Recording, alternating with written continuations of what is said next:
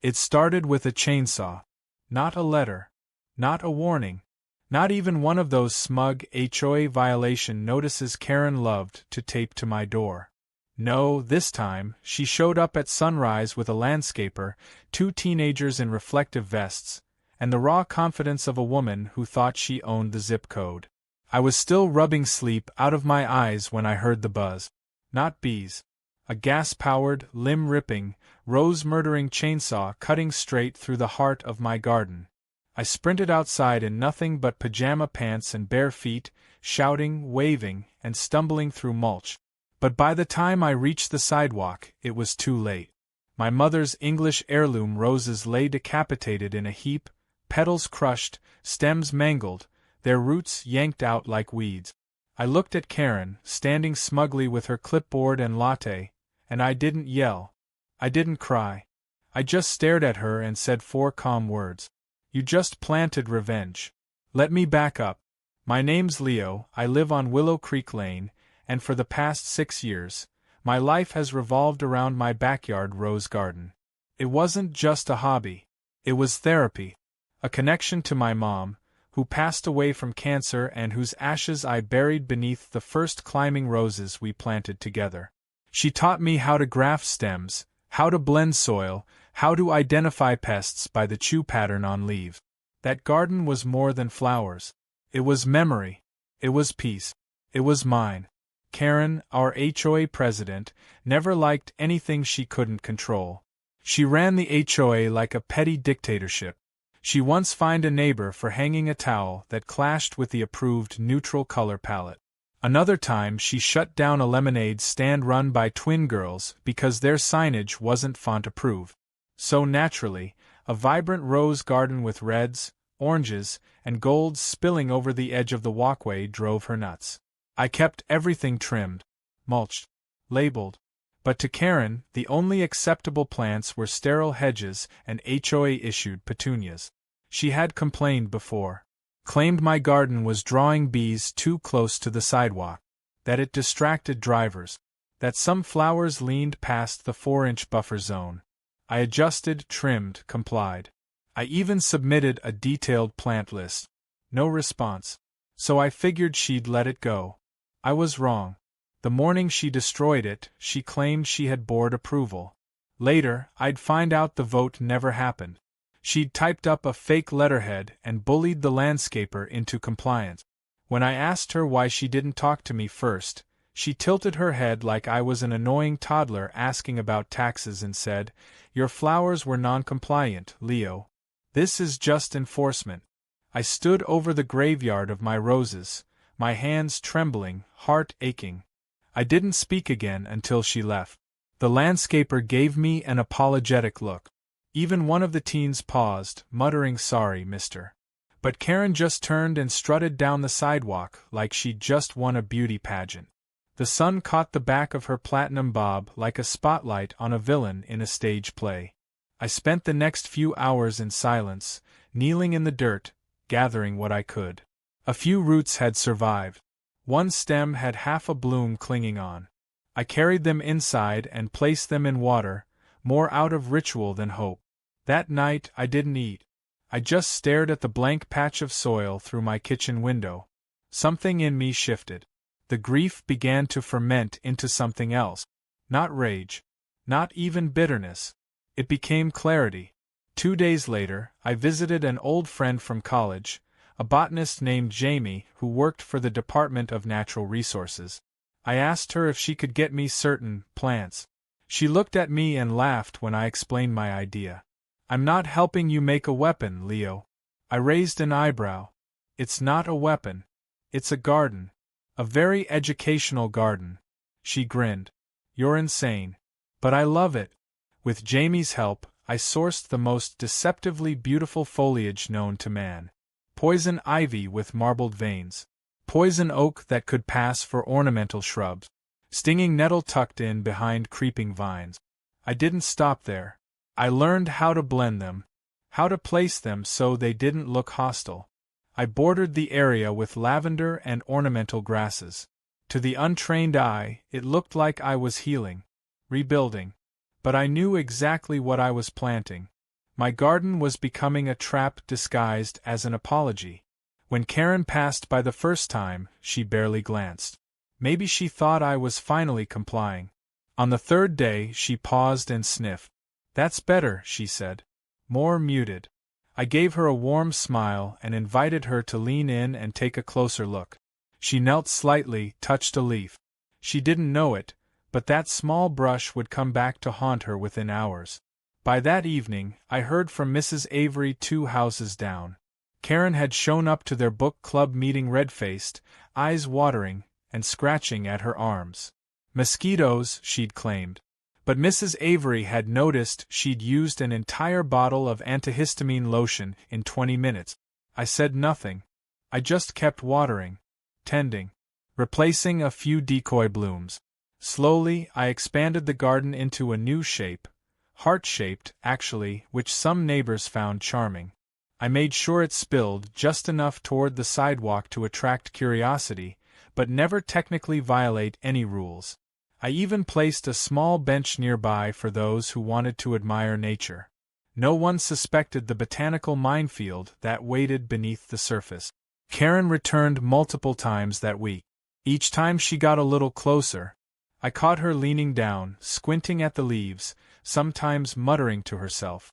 One evening, I caught her plucking something and placing it in a Ziploc bag. She was trying to build a case. I pretended not to notice. At the next HOA meeting, she arrived with bandages on her hands and printed photos of my garden. She slammed them on the table and claimed I was growing illegal vegetation. No one took her seriously. She had cried wolf too many times. The board asked her if she had proof. All she had was a rash and an attitude. That meeting ended with her stomping out and muttering that she'd handle it herself. I knew I had to be ready, because the woman who murdered roses without blinking wasn't going to walk away defeated. She'd come back. And when she did, she'd come quietly, maybe at night. But the vines were waiting. And I'd made sure the camera was watching this time. The game had just begun. The garden wasn't just growing plants anymore. It was growing consequences. And for Karen, every step forward was going to come with a sting. When I stepped out into the morning air 2 days after the HOA meeting, the smell of earth and mint masked the quiet satisfaction blooming inside me. The new garden, deceptively lush and peaceful, was now a masterpiece of passive-aggressive landscaping. Every inch of it had been designed to appear charming, vibrant, and within the HOA's guidelines, yet underneath that carefully curated beauty lay a labyrinth of pain-inducing plants. The roots of my revenge had taken hold, and I wasn't just maintaining it, I was cultivating it with surgical precision. The mix of poison ivy, poison oak, and stinging nettle had settled in faster than I expected, thriving in the rich soil I'd kept so healthy from years of rose growing. But I didn't just want to make Karen itch. That would have been too simple, too temporary. I wanted to make her unravel in the same slow, invasive way she had dismantled my peace. It needed to look like I was recovering, like I had taken the high road, even while I was leading her down a garden path lined with invisible barbed wire. Karen's first major encounter with the new garden was more entertaining than I'd dared hope. She came by mid-morning wearing one of her trademark pastel blouses and a wide-brimmed visor that made her look like a retired tennis villain. I was trimming some harmless lamb's ear near the edge of the yard when she strolled by, trying to act casual. Her fingers brushed the edge of a vine I'd carefully planted near the sidewalk, a cluster of poison ivy woven through some decorative ornamental grass.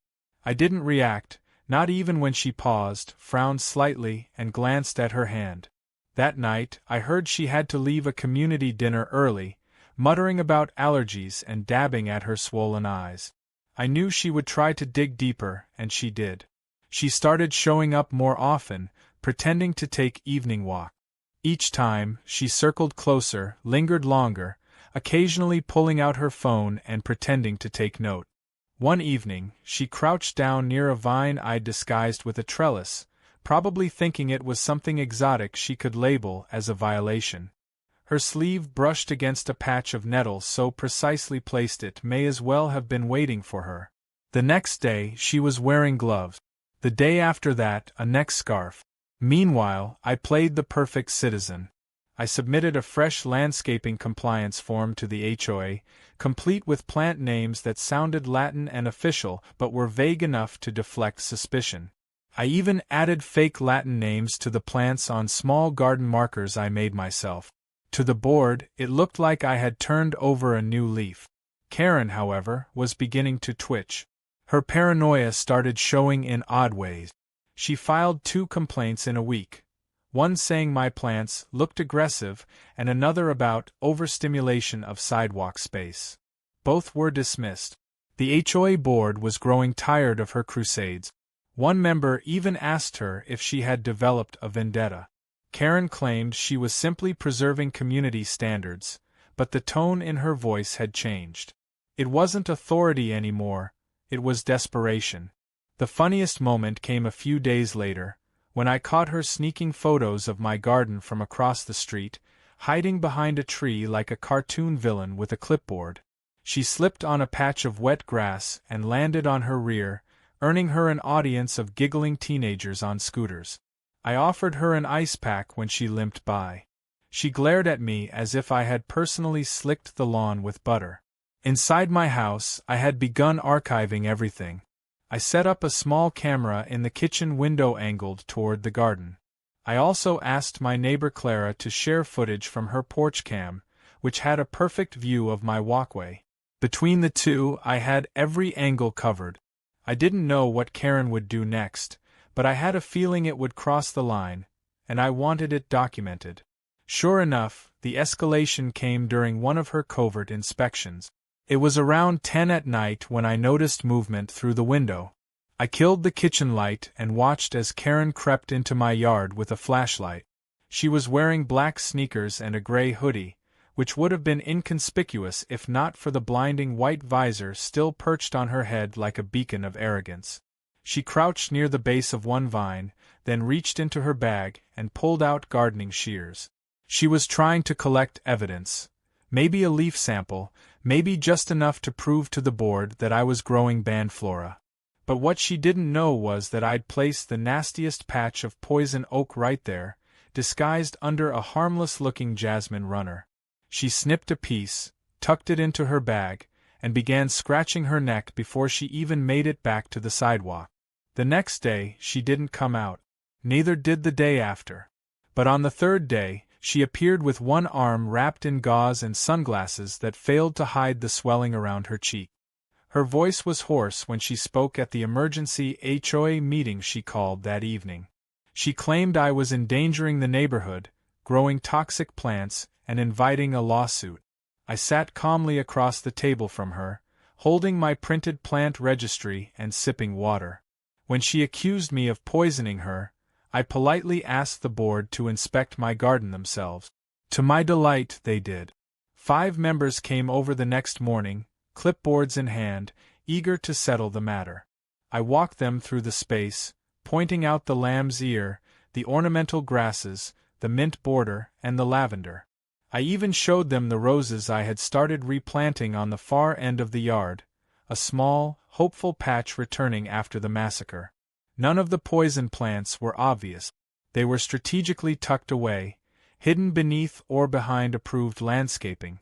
Not one of them violated any printed rule. The board thanked me and left impressed.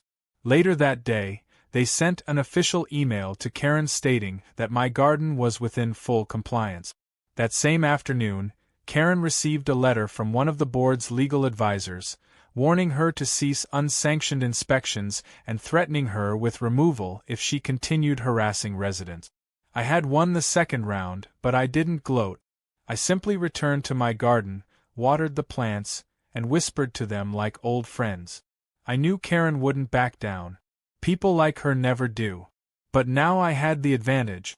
She had exposed herself as unstable and reckless. The board was watching her. The neighbors were whispering. And my garden? My garden was thriving. It wasn't just about revenge anymore. It had become performance art. A living, breathing protest wrapped in petals and vines. Every visitor who passed and commented on how beautiful it was gave me a little thrill. If they only knew. But they didn't need to. Not yet. The truth was still blooming, one toxic leaf at a time. And Karen's next mistake was just around the corner. The third wave of chaos began with the sound of laughter echoing through the cul-de-sac. It wasn't mine, not yet. It belonged to 3 teenagers biking past my property, gawking at the newly manicured foliage and jokingly daring each other to touch the infamous vines. Rumors had started spreading beyond just Karen's itchy downfall. Neighborhood kids had dubbed my yard the sting zone. One said he saw a squirrel scratch itself bald after running through the ivy. Another swore my mint plants whispered warnings at night. Of course, none of that was true. But the reputation? That was real. And I hadn't even started the real fun yet. Karen's condition wasn't improving. Her arms now bore the splotchy remnants of repeated allergic reactions, and she'd resorted to wearing long sleeves, gloves, and sunglasses every time she stepped outside. But instead of backing off, she leaned further into her spiral. Her latest plan was bold, desperate, and so perfectly flawed that it felt like a gift wrapped in delusion. One morning I noticed laminated flyers taped to every mailbox on the street. They read, "Community Garden Inspection and Beautification Parade." It was worded like a friendly neighborhood event, but the true purpose was clear. Karen had disguised a personal vendetta as an HOA-sanctioned initiative. She had even included a note encouraging residents to report any non-standard plant life. The only name missing from the planning credits was mine. I smiled as I pulled the flyer from my own box and tucked it into my back pocket like a secret weapon. Karen strutted around that week like a dictator preparing for a coup. She wore a wide smile and used phrases like community pride and botanical integrity.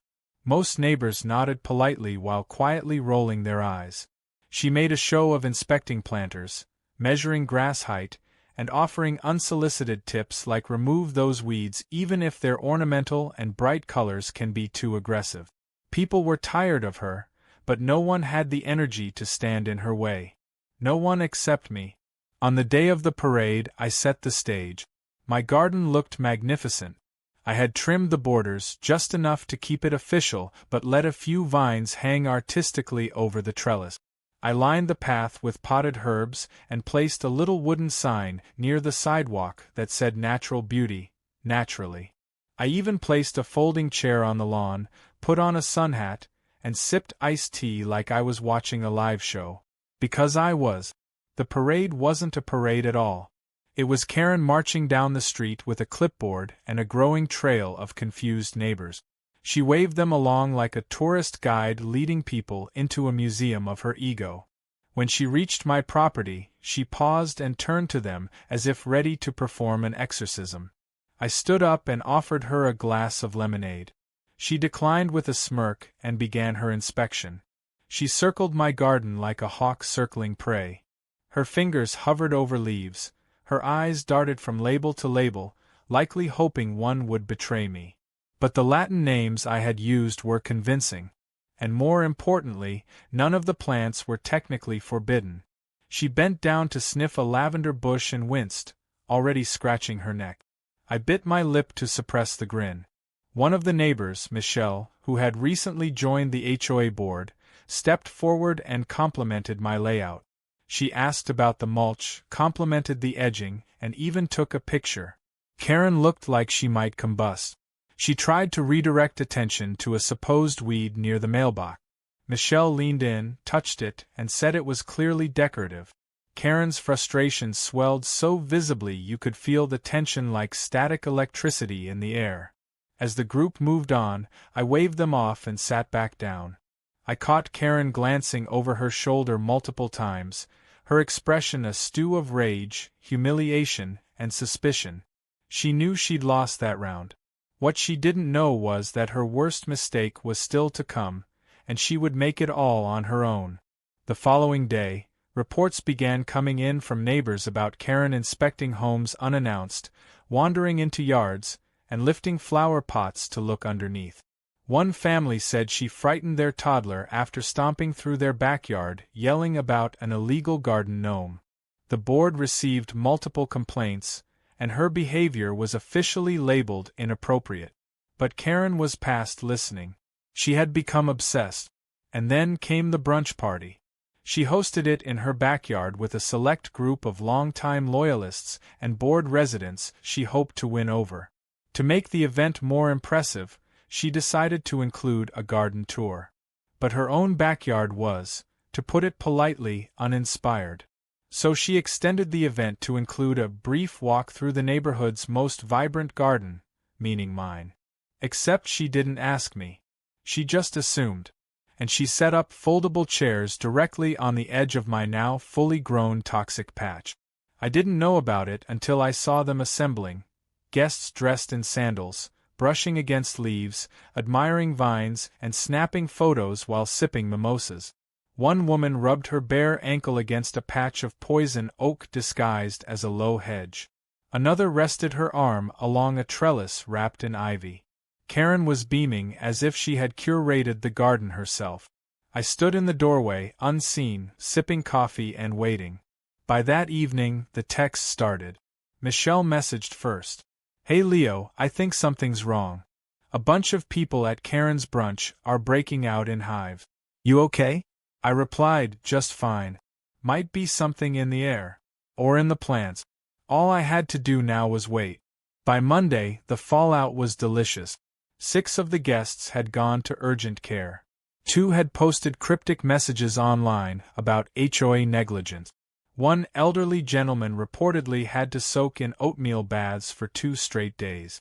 Karen, for her part, tried to spin the story, claiming a sudden outbreak of invasive allergen spores.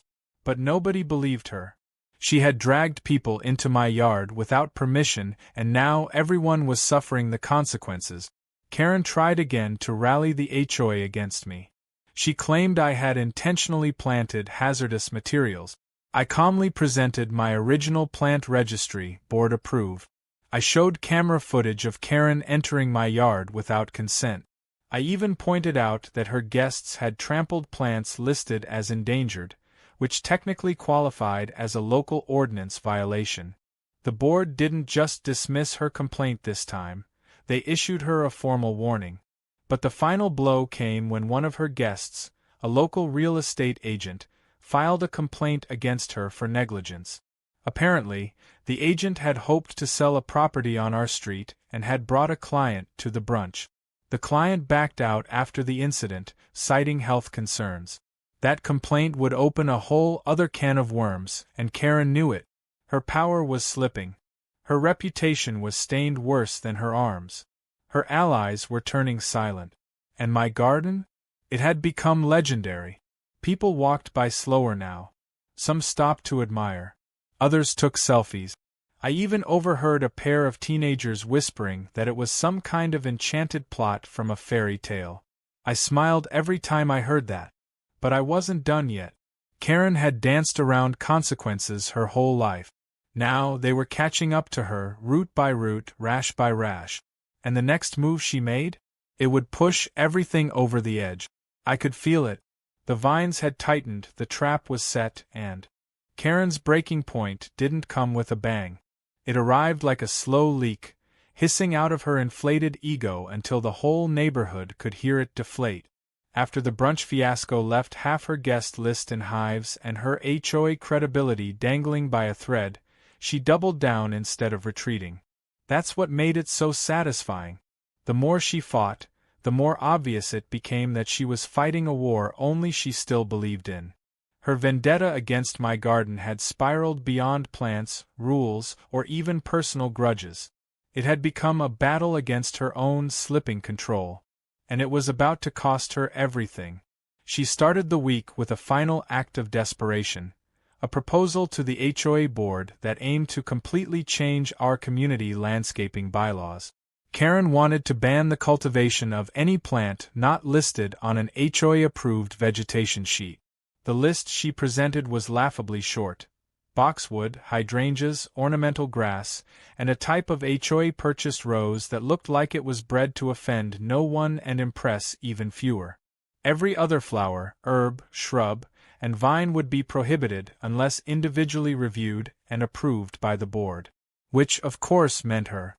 The meeting where she pitched it was more like a trial. The room was packed. People who never showed up for HOA meetings filled folding chairs and leaned against the back walls. The buzz in the room was thick with anticipation. Karen walked in like she still owned the street, her arm bandaged, neck wrapped in gauze, and a manila folder clutched tightly to her chest. Her opening speech was condescending, bloated with buzzwords like ecological harmony and community visual balance. But by the time she finished, the silence that followed wasn't agreement. It was disbelief. Then came the responses. Michelle, who had become a quiet but fierce force on the board, stood up first. She asked Karen if she truly believed restricting gardens to 4 specific plants was realistic. Then Mr. Carter, who lived 3 houses down and had the most elaborate bonsai display on the block, calmly reminded Karen that she herself had once planted snapdragons, which weren't on her own list. People started nodding, murmuring. Karen's hands twitched. Her eyes darted around. She began to stammer a justification about pests and allergies when someone from the back called out, "Or maybe just flowers you don't like." That was the beginning of the end. The board unanimously declined to move her proposal forward. But they didn't stop there. Michelle pulled out her own folder, one that included letters and statements from at least 8 residents, all claiming Karen had entered their yards without permission over the past 2 months. One even had photos of Karen inspecting bushes in a bathrobe at 6 in the morning. The icing on the cake was a notarized letter from the real estate agent who had filed a formal complaint, blaming Karen's interference for a lost property deal.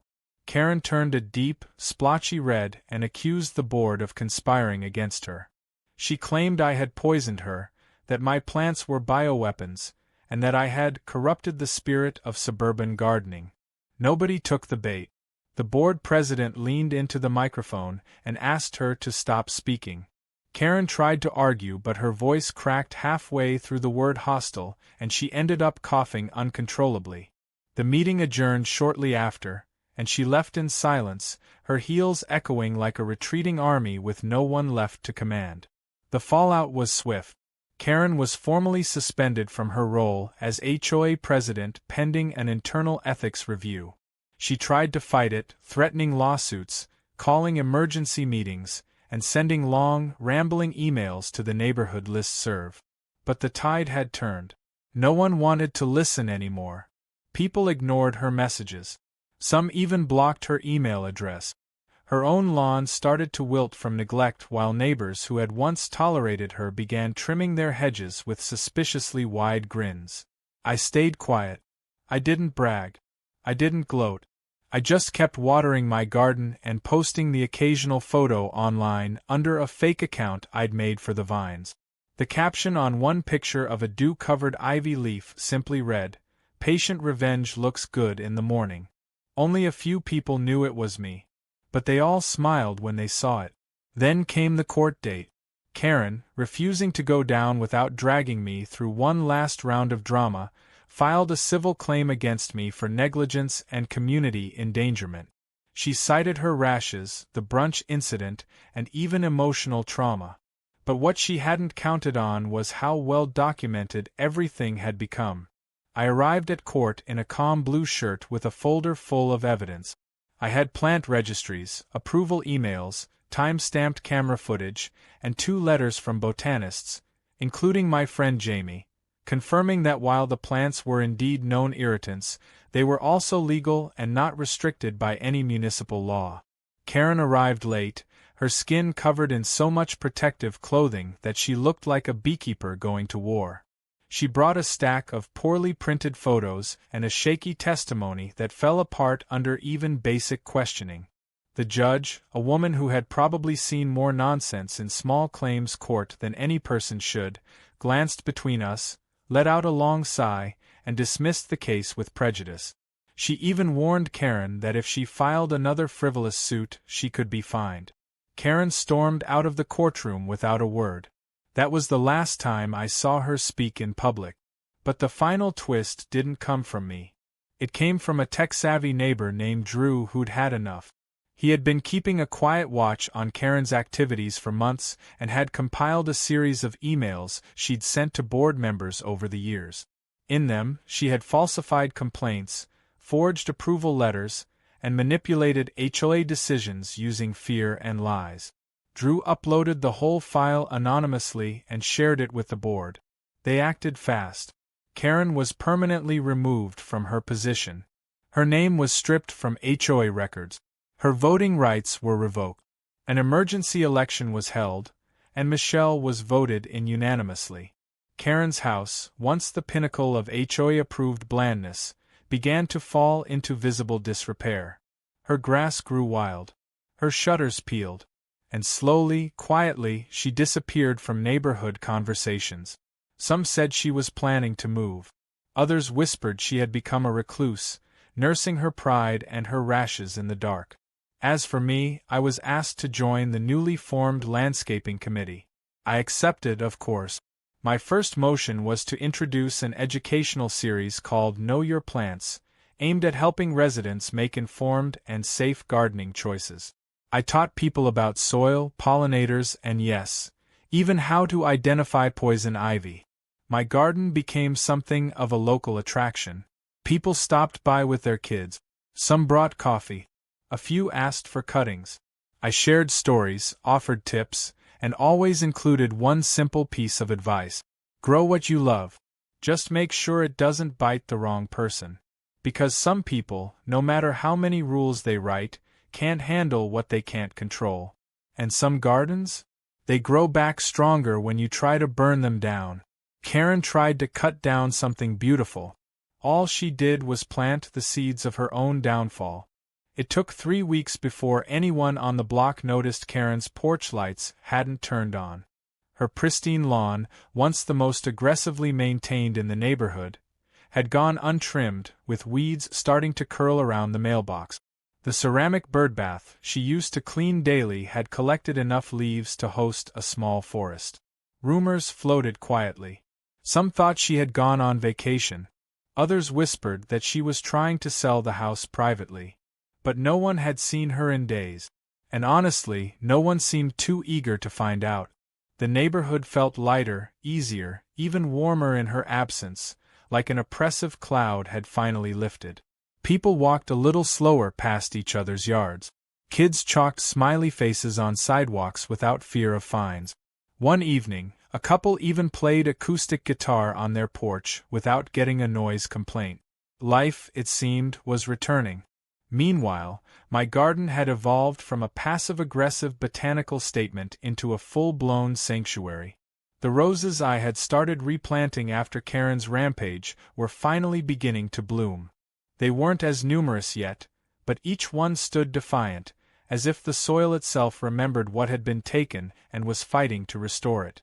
The poison ivy and nettle patches remained tucked into their carefully concealed corners, not out of spite anymore but as living reminders. I didn't need to remove them. Nature had done what I couldn't. It had taught Karen a lesson without me having to lift a finger. When the neighborhood newsletter went out at the end of the month, it included a feature on community resilience. To my surprise, Michelle had written an entire section about my garden. She described it as a symbol of patience and perseverance, and how something beautiful could grow even in hostile conditions. It was flattering, but more than that, it felt like closure. I hadn't set out to become the neighborhood's accidental folk hero. I just wanted to protect the one thing in my life that hadn't let me down. The irony that a garden full of thorns and toxins had created peace wasn't lost on me. Then, one morning, I heard a knock on my door. I opened it to find Karen standing there, looking less like the tyrant queen of the HOA and more like a character who had just escaped a tornado. Her hair, once perfectly ironed into submission, hung limp. She wore a long-sleeve blouse in the June heat, and her eyes, usually narrowed with suspicion, were just tired. For a moment, neither of us spoke. Then she cleared her throat and said, with no emotion, "I'm leaving next week.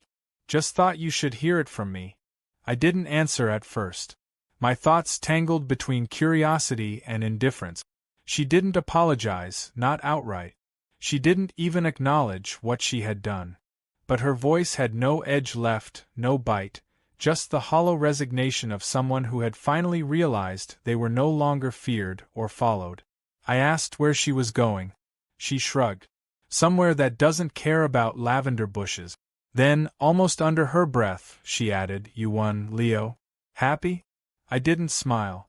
I didn't gloat. I just looked at her and said no. I wanted my garden back.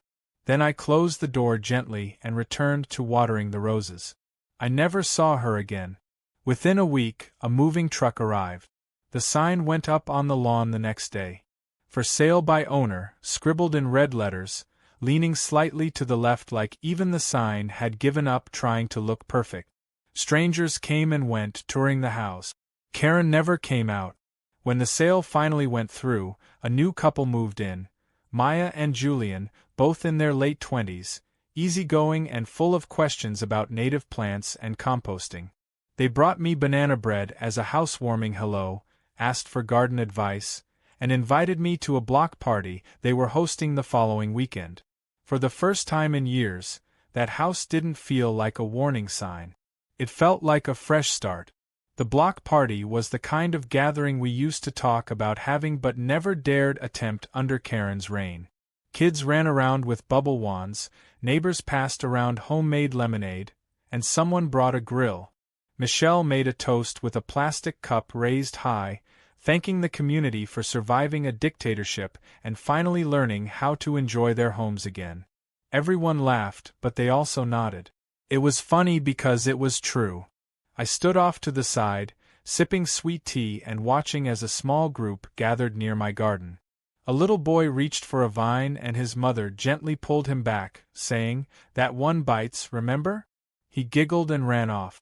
Maya leaned in next to me and asked, "So, did she really get rashes every time she stepped here?" I looked at her and gave a half smile. "Some things you have to experience yourself to understand." She laughed. "You're not going to weaponize the mint, are you?" "Only if someone tries to outlaw lemonade," I replied. Later that night, when the crowd thinned and lanterns flickered low, I walked the edge of my garden and placed a single bloom from one of the reborn rose bushes into the dirt near where my mother's ashes rested. It had taken time, patience, and more strategy than I ever thought I had, but the roses were back. The chaos Karen tried to sow had only fertilized the soil for something better. What she didn't understand was that people, like plants, adapt. We learn. We protect our root. And sometimes, when pushed too far, we grow thorns. As the stars came out and the hum of crickets returned to the night, I sat on my porch and watched the lights twinkle across a neighborhood that had finally exhaled. The fences looked a little less like barriers. The driveways felt more like welcome mats than battlegrounds. It wasn't perfect, but it was finally ours again. And in the soft breeze that brushed across my roses and curled through the leaves, I thought I could hear my mother's voice, proud, calm, and quiet, saying, "You kept it alive." The next morning, I posted one last photo to the anonymous garden account. A wide shot of the yard, sunlight catching the dew on the leaves, the roses in full bloom, and the ivy curled like a sleeping guard dog along the side fence. The caption read, "Let beauty grow, but let it protect itself too."